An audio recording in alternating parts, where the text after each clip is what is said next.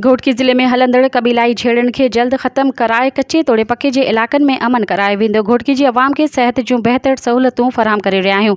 अहिड़नि ख़्यालनि जो इज़हार सूबाई वज़ीर एंटी करप्शन ज़राअत ऐं स्पोर्ट्स सरदार मोहम्मद बख्श ख़ान महर तालका अस्पताल घोटकी जे ट्रामा सेंटर जी इफ़्तिताही तक़रीब दौरान मीडिया सां ॻाल्हाईंदे कयो।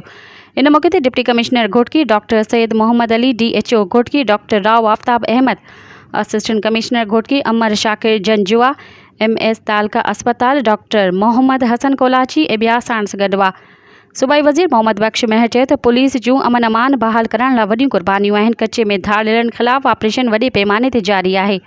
तमामु जल्द धाड़िल जो ख़ात्मो आंदो वेंदो। हुन चयो त सिंध सरकार तमामु जल्द बेनज़ीर इनकम सपोर्ट प्रोग्राम वांगुरु हारियुनि खे बि कार्ड ॾिनो वेंदो त जीअं आबादगार ऐं हारी फ़ाइदो हासिल करे सघनि।